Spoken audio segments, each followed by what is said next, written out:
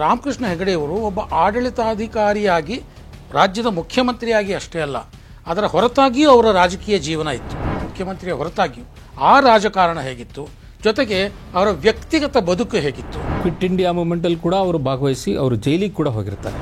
ಅವರ 31ನೇ ವಯಸ್ಸಿನಲ್ಲಿ ಪ್ರಥಮ ಬಾರಿಗೆ ವಿಧಾನಸಭೆಗೆ ಎಲೆಕ್ಟ್ ಆಗ್ತಾರೆ. ಅವರಿಗೆ ರಾಷ್ಟ್ರ ರಾಜಕಾರಣದ ಬಗ್ಗೆ ಬಹಳಷ್ಟು ಒಲವಿರುತ್ತೆ. ಇವರು ಯಾವತ್ತಾರು ಒಂದು ದಿವಸ ಪ್ರಧಾನಮಂತ್ರಿ ಆಗಬಹುದೇನೋ ಅನ್ನುವ ನಿರೀಕ್ಷೆ ಕೂಡ ಇಟ್ಕೊಂಡಿರ್ತಾರೆ. ಎರಡನೇ ಹಂತ ಇನ್ನೇನು ಶುರು ಆಗಬೇಕು, ಆ ಸಮಯದಲ್ಲಿ ಒಂದು ದೊಡ್ಡ ಆಘಾತ ನಡೆಯುತ್ತೆ. ಆ ಬಿರುಗಾಳಿಯಲ್ಲಿ ಹೆಗಡೆ ಕೂಡ ತೊಳ್ಕೊಂಡು ಹೋಗುತ್ತಾರೆ. ಅವರು ರಾಜಕೀಯದಲ್ಲಿ ಬೆಳೆದ ರೀತಿಯನ್ನು ನೋಡಿದ್ರೆ ಕೇಂದ್ರದಲ್ಲಿ ಅವರಿಗೆ ಸಿಕ್ಕ ಅವಕಾಶ ಬಹಳ ಕಮ್ಮಿ.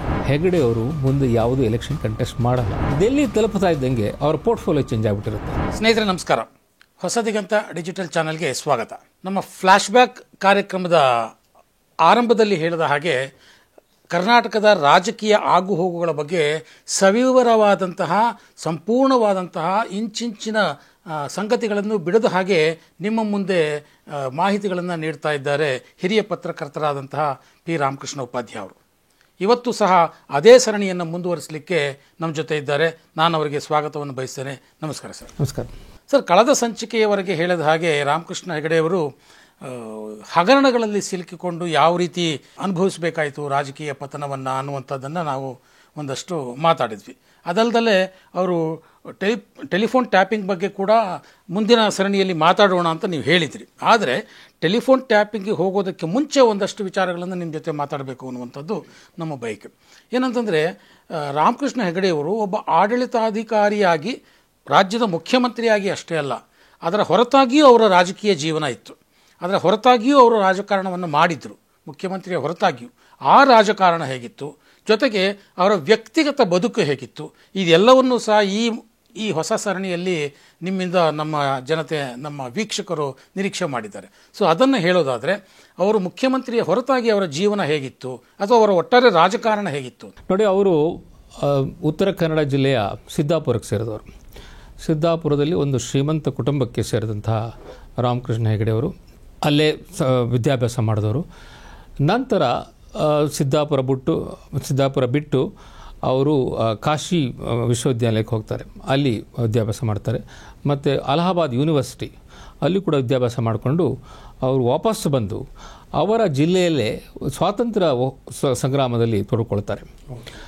ಸೊ ಕ್ವಿಟ್ ಇಂಡಿಯಾ ಮೂವ್ಮೆಂಟಲ್ಲಿ ಕೂಡ ಅವರು ಭಾಗವಹಿಸಿ ಅವರು ಜೈಲಿಗೆ ಕೂಡ ಹೋಗಿರ್ತಾರೆ.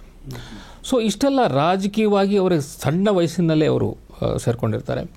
ಮತ್ತು ಕಾಂಗ್ರೆಸ್ ಕೂಡ ಪಕ್ಷದಲ್ಲಿ ಸೇರಿರ್ತಾರೆ. ಕಾಂಗ್ರೆಸ್ ಪಕ್ಷದಲ್ಲಿ ಬೇರೆ ಬೇರೆ ಸ್ಥಾನಗಳನ್ನು ಅನುಭವಿಸಿ ಅವರು 1957ರಲ್ಲಿ ಅವರ 31ನೇ ವಯಸ್ಸಿನಲ್ಲಿ ಪ್ರಥಮ ಬಾರಿಗೆ ವಿಧಾನಸಭೆಗೆ ಎಲೆಕ್ಟ್ ಆಗ್ತಾರೆ. ಸೊ 31ನೇ ವಯಸ್ಸಿಗೆ ಅವರು ವಿಧಾನಸಭೆಗೆ ಎಲೆಕ್ಟ್ ಆಗ್ತಾರೆ ಮತ್ತು 6 ಬಾರಿ ವಿಧಾನಸಭೆಗೆ ಅವರು ಎಲೆಕ್ಟ್ ಆಗ್ತಾರೆ. ಅಫ್ಕೋರ್ಸ್ ನಮ್ಗೆ ಗೊತ್ತಿದ್ದಂಗೆ ಈ ಬಾರಿ ಈಗಾಗಲೇ ನಾವು ತಿಳಿಸಿದಂಗೆ 3 ಬಾರಿ ಮುಖ್ಯಮಂತ್ರಿ ಕೂಡ ಆಗ್ತಾರೆ. ಬೇಕಾದಷ್ಟು ಮಂತ್ರಿ ಕೂಡ ಆಗಿರ್ತಾರೆ. ನಿಜಲಿಂಗಪ್ಪನವರ ಸರ್ಕಾರದಿಂದ ಹಿಡಿದು ವೀರೇಂದ್ರ ಪಾಟೀಲ್ ಸರ್ಕಾರ, ಅದರಲ್ಲೂ ಎಲ್ಲ ಮಂತ್ರಿ ಆಗಿರ್ತಾರೆ. ಅವರಿಗೆ ರಾಷ್ಟ್ರ ರಾಜಕಾರಣದ ಬಗ್ಗೆ ಭಾಳಷ್ಟು ಒಲವಿರುತ್ತೆ ಮತ್ತು ರಾಷ್ಟ್ರ ರಾಜಕಾರಣವನ್ನು ಚೆನ್ನಾಗಿ ತಿಳ್ಕೊಂಡಿರ್ತಾರೆ. ಒಂದು ಕಾಲದಲ್ಲಿ ಅವರನ್ನು ಜನ ಇವರು ಯಾವತ್ತಾರು ಒಂದು ದಿವಸ ಪ್ರಧಾನಮಂತ್ರಿ ಆಗಬಹುದೇನೋ ಅನ್ನುವ ನಿರೀಕ್ಷೆ ಕೂಡ ಇಟ್ಕೊಂಡಿರ್ತಾರೆ. ಇಷ್ಟೆಲ್ಲ ಇದ್ರೂ ಕೂಡ ಅವರಿಗೆ ಅವಕಾಶ ಬಂದಾಗ ಅವರಿಗೆ ಅದೃಷ್ಟ ಕೈ ಕೊಡುತ್ತೆ. ನೋಡಿ, ಜನಗಳ ಒಂದು ಆಶೀರ್ವಾದ, ಜನಗಳ ಒಂದು ಶ್ರೀರಕ್ಷೆ ಯಾವಾಗಲೂ ಇರುತ್ತೆ ಅಂತ ಹೇಳಲಿಕ್ಕಾಗಲ್ಲ ರಾಜಕಾರಣಿಗಳಿಗೆ, ಅದರಲ್ಲೂ ರಾಜಕಾರಣಿಗಳಿಗೆ. ಅವರು 2 ಬಾರಿ ಲೋಕಸಭಾ ಎಲೆಕ್ಷನ್ನ ಕಂಟೆಸ್ಟ್ ಮಾಡ್ತಾರೆ. ಮೊದಲನೇ ಬಾರಿ 1977ರಲ್ಲಿ ಎಮರ್ಜೆನ್ಸಿ ಆದ ನಂತರ ಬಂದಂಥ ಎಲೆಕ್ಷನ್. ಆ ಎಲೆಕ್ಷನ್ನಲ್ಲಿ ಅವರು ಕೆನರಾ ಸ್ಥಾನದಿಂದ ಲೋಕಸಭೆಗೆ ನಿಂತ್ಕೋತಾರೆ. ಆ ಎಲೆಕ್ಷನ್ನಲ್ಲಿ ಜನತಾ ಪಾರ್ಟಿ ಅಭ್ಯರ್ಥಿಯಾಗಿ ಎಲೆಕ್ಷನ್ ನಿಂತ್ಕೋತಾರೆ. ಆದರೆ ಅಲ್ಲಿ BP ಕದಂ ಅಂತ ಲೋಕಲ್ ಲೀಡರ್ ಒಬ್ಬರು ಅವ್ರ ಕೈಲಿ ಸೋಲನ್ನು ಅನುಭವಿಸಬೇಕಾಗುತ್ತೆ.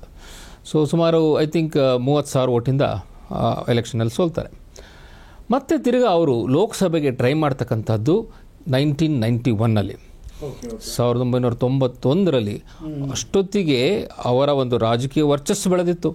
ಅವರು ಮುಖ್ಯಮಂತ್ರಿ ಸ್ಥಾನ ಎಲ್ಲ ಮುಗಿದಿತ್ತು. 5.5 ವರ್ಷ ಮುಖ್ಯಮಂತ್ರಿ ಆಗಿದ್ದರು. 3 ಬಾರಿ ಆದರೂ 2 ಬಾರಿ ರಾಜೀನಾಮೆ ಕೊಟ್ಟು ತಿರ್ಗ ಬಂದು ಇನ್ನೂ ರಾಷ್ಟ್ರ ರಾಜಕಾರಣದ ಕಡೆ ಹೋಗಬೇಕು ಅಂತಿದ್ದಾಗ 91ನಲ್ಲಿ ಬಾಗಲಕೋಟೆಯಿಂದ ನಿಂತ್ಕೋತಾರೆ.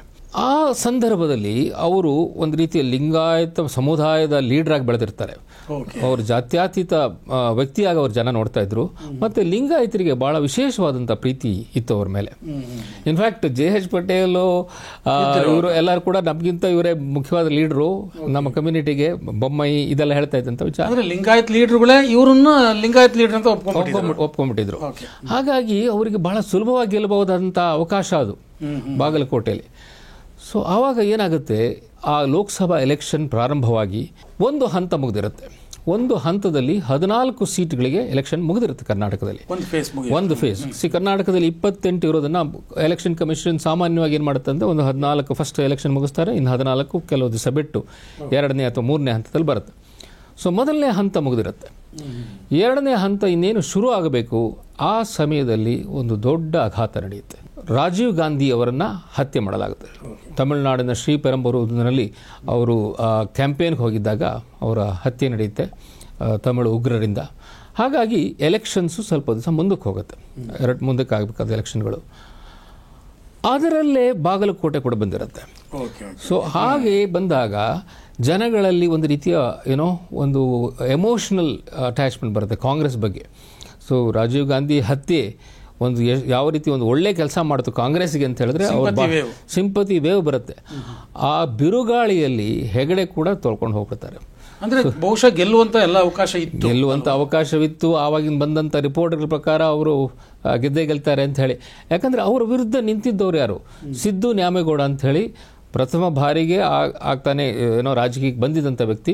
ಅಫ್ಕೋರ್ಸ್ ಅವರು ಲೋಕಲ್ ಆಗಿ ಒಂಚೂರು ಹೆಸರು ಮಾಡಿರ್ತಾರೆ, ಅಲ್ಲೊಂದು ಬರಾಜ್ ಕಟ್ಟಿರ್ತಾರೆ ಜನಗಳಿಗೆ. ಅವರು ಜನಗಳ ಪರವಾಗಿ ಸರ್ಕಾರಕ್ಕೆ ಭಾಳಷ್ಟು ಸರಿ ಮನವಿ ಸಲ್ಲಿಸಿದ್ರು ಕೂಡ ಸರ್ಕಾರ ಮಾಡಿರಲ್ಲ. ಆ ಕೆಲಸವನ್ನು ಅವರು ಅಲ್ಲಿಯ ಲೋಕಲ್ ಜನಗಳಿಂದ ದೇಣಿಗೆ ತಗೊಂಡು ಮಾಡಿರ್ತಾರೆ. ಸೊ ಅವರು ಸ್ವಲ್ಪ ಮಟ್ಟಿಗೆ ಪಾಪ್ಯುಲರ್ ಆಗುತ್ತೆ. ಆದರೆ ಹೆಗ್ಡೆ ಅಂತವ್ರನ್ನ ಎದುರು ಹಾಕೊಳ್ಳುವಂಥ ವ್ಯಕ್ತಿತ್ವ ಇರಲ್ಲ ಅವರಿಗೆ. ಆದರೆ ಈ ರಾಜೀವ್ ಗಾಂಧಿ ಅವರ ಹತ್ಯೆಯ ನಂತರ ಚಿತ್ರಣವೇ ಬದಲಾಗಿ ಅವರು ಆ ಎಲೆಕ್ಷನ್ನಲ್ಲಿ ಗೆಲ್ತಾರೆ. ಸೊ ಈ ರೀತಿ 2 ಬಾರಿ ಲೋಕಸಭೆಗೆ ಕಂಟೆಸ್ಟ್ ಮಾಡಿ ಸೋತ ಮೇಲೆ ಹೆಗಡೆ ಅವರು ಮುಂದೆ ಯಾವುದೇ ಎಲೆಕ್ಷನ್ ಕಂಟೆಸ್ಟ್ ಮಾಡಲ್ಲ.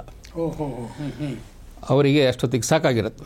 ಅಫ್ಕೋರ್ಸ್ ಆಮೇಲೆ 1996ಗೆ ರಾಜ್ಯಸಭೆಗೆ ಹೋಗ್ತಾರೆ. ಅದು 2ನೇ ಬಾರಿ. ಯಾಕಂದರೆ ಹಿಂದೆ ಒಂದು ಸರ್ತಿ 78 to 83 ರಾಜ್ಯಸಭಾ ಮೆಂಬರ್ ಆಗಿದ್ರು.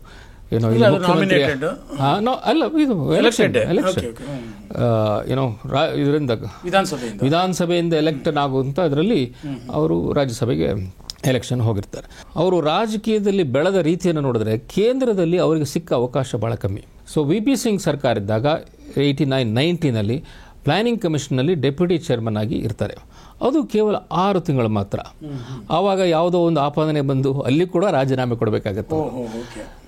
ನಂತರ ಒಂದು ದಶಕದ ನಂತರ ಅವರು ವಾಜಪೇಯಿ ಸರ್ಕಾರದಲ್ಲಿ ಮಂತ್ರಿ ಆಗುವ ಅವಕಾಶ ಸಿಕ್ಕತ್ತೆ.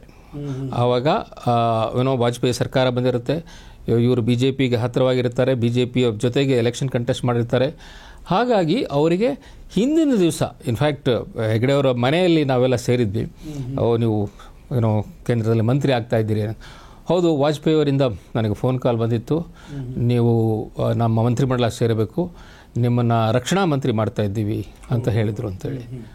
ಸೊ ಎಲ್ರಿಗೂ ಭಾಳ ಖುಷಿಯಾಗುತ್ತೆ, ಹೆಗಡೆಯವರು ಫೈನಲಿ ಒಂದು ಒಳ್ಳೆ ಉತ್ತಮ ಸ್ಥಾನಕ್ಕೆ ಹೋಗ್ತಾರೆ ಅಂತೇಳಿ. ಆದರೆ ಡೆಲ್ಲಿ ತಲುಪ್ತಾ ಇದ್ದಂಗೆ ಅವರ ಪೋರ್ಟ್ಫೋಲಿಯೋ ಚೇಂಜ್ ಆಗಿಬಿಟ್ಟಿರುತ್ತೆ.